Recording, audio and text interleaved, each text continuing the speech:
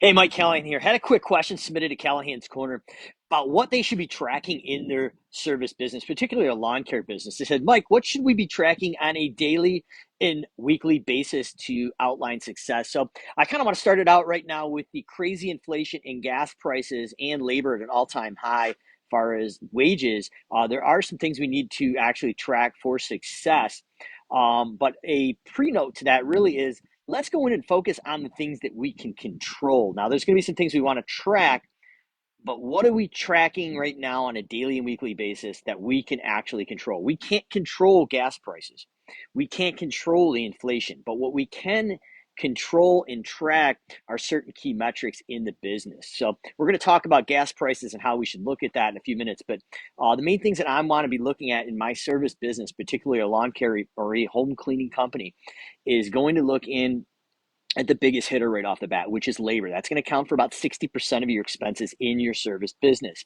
So, what I'm going to recommend, if you have not, we need to build an estimating system based on how long you think it's going to take, or production rate based estimating system. But the key variable that we need from your estimates when we go to schedule a job is how long will it take, or should it take, for that job to be done.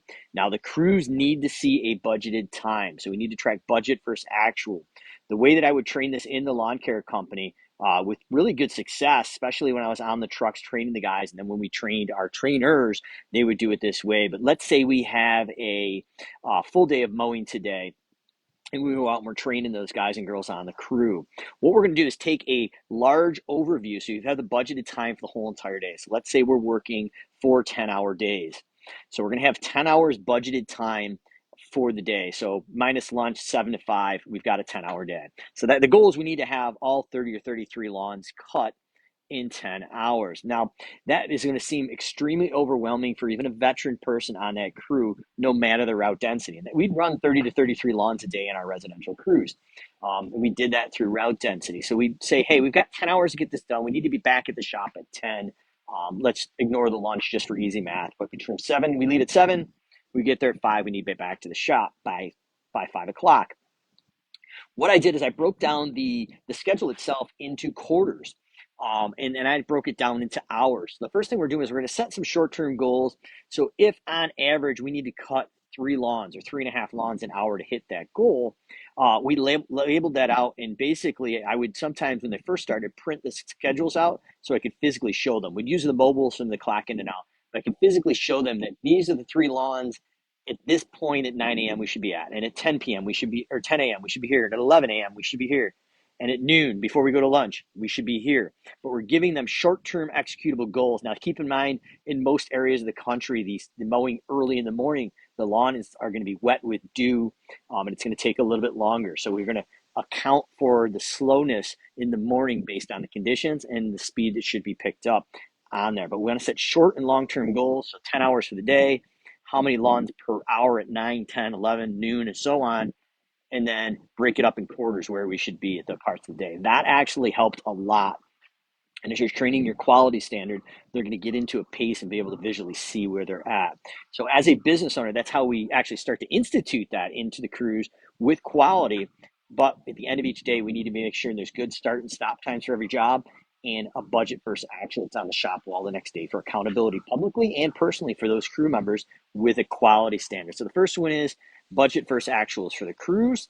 Next one is we should be looking at, on a weekly basis, our new clients, canceled clients, and our net new clients. In addition, depending on the services that you are providing, we also probably want to look at our monthly reoccurring revenue. So how much reoccurring revenue for lawn mowing and fertilizing have we budgeted for? And what's the budget versus actual? We also want to track the one-time sales. So if you're in design build or softscapes and you're doing maybe some maintenance and design build, I want to break those out separately so we have a idea of what the reoccurring revenue is and the one-time revenue. And the final thing that you'd be probably looking at here, especially if you have a sales team, is the opportunities that will close in the month in your sales pipeline and the projected next month out, or maybe quarter based on hardscapes. But those are some key variables you want to look at. But don't get hung up, in my opinion. We've been through this in 2008 with the recession we had and wicked gas prices in my company. And in the beginning, we started to get focused on the things that we couldn't control, like gas prices. And that's not where you want to play. And it's only going to be 2 to 3% of your budget, and we can also do a surcharge for gas. And systematically go out now. I'm going to recommend, we're coming up around July 4th weekend. We would run a job costing report. So if our goal is $65 per man hour, anybody below 65, unless it was a commercial contract locked up, we would actually do price increases on the customers not hitting that threshold. But let's say your goal is at $65 per man hour, and fuel continues to go the way it's going, and it probably will continue that way. Maybe you need to be at 67 or 68 per man hour. Now we can systematically raise the prices on the clients that are not hitting that new financial break-even threshold. So a lot of content right there, but these are the things that are kind of top of mind with that question submitted. Comments or questions, drop them below. Callahan's Corner. You ask the questions, we answer them live right here on Facebook.